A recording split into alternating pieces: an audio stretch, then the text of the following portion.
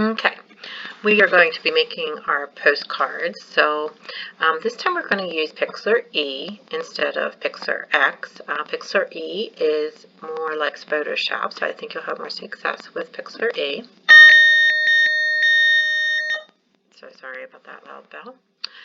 So first thing you want to do is open an image that you have saved from the internet, or it can be a vacation spot that you have used.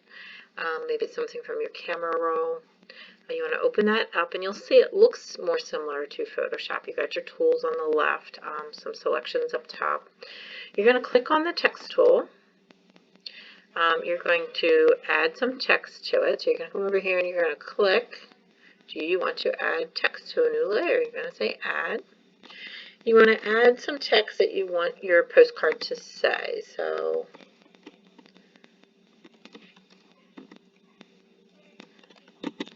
National, whoops, Park. All right. I want to edit that text now. So this is the big part of your grade. You can move that layer wherever you would like. You're going to bring it in here. I'm going to put it up there. Right here you want to click on the color. So I want to make it red. You want to click over here, give it a creative font that you think might look nice with whatever the places that you have. You're going to make sure the size is correct. Do you want it bigger or smaller? Make it a little bit bigger. And then you're going to come over here to styles. These are the things that are going to get you the good grade. All right. So I don't want you to just slap some text in there and be done. I want you to give that text some personality. So first thing you're going to do is curve it. So you click there and you can curve your text and manipulate it a little bit. You can make it do other things to it as well. You're going to give it an outline. So the outline color, I think I'm going to make it black. Really dark black, or maybe, I'm going to make it yellow just so it shows up. Hopefully that'll make it show up. So you can kind of see that little yellow trim on there. And you can adjust like the size of the trim. There's a little border on it. All right. Then you're going to give it a shadow. All right. So you're going to add all these things to your words. I'm going to make the shadow dark. So I'm going to make it all the way black. Say okay. I want it a little bit. You can see it kind of back there. See it moving around. It might be a little hard to see.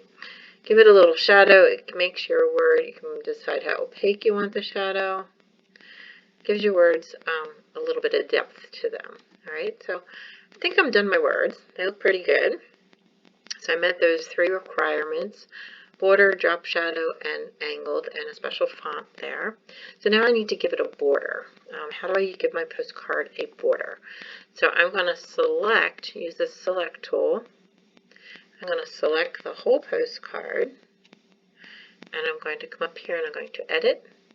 I'm going to copy it. I'm going to edit, and I'm going to paste it. Let's get rid of this add. So if you look over here on the right, I have my background layer. Okay. I have the one I pasted. I copied and pasted, and then I have the layer with the words. So now I'm going to go to this background layer, and I am going to go up here to image. I'm going to go to canvas size. And I want to make it a little bigger because I want to add a border. So I'm going to make it 40 bigger. So I'm going to make it 1320. I'm going to add 40 to it.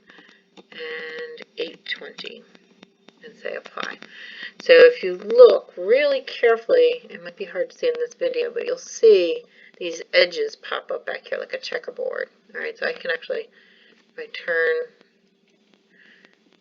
you should be able to see it. Alright, so you want to make sure you know which layer you're on. Make sure you are on the background layer. You're going to come over here to your paint bucket tool.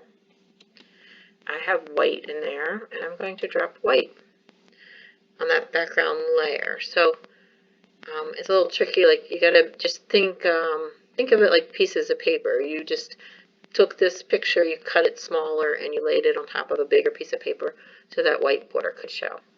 And that's it. And then you're going to turn it in for me. So I am going to flatten it to make it save better. So I flatten it. It's all one. So File and Save. And I'm going to put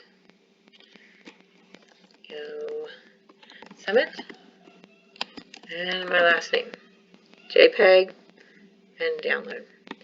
And you need to get that turned into Schoology for a grade. Awesome.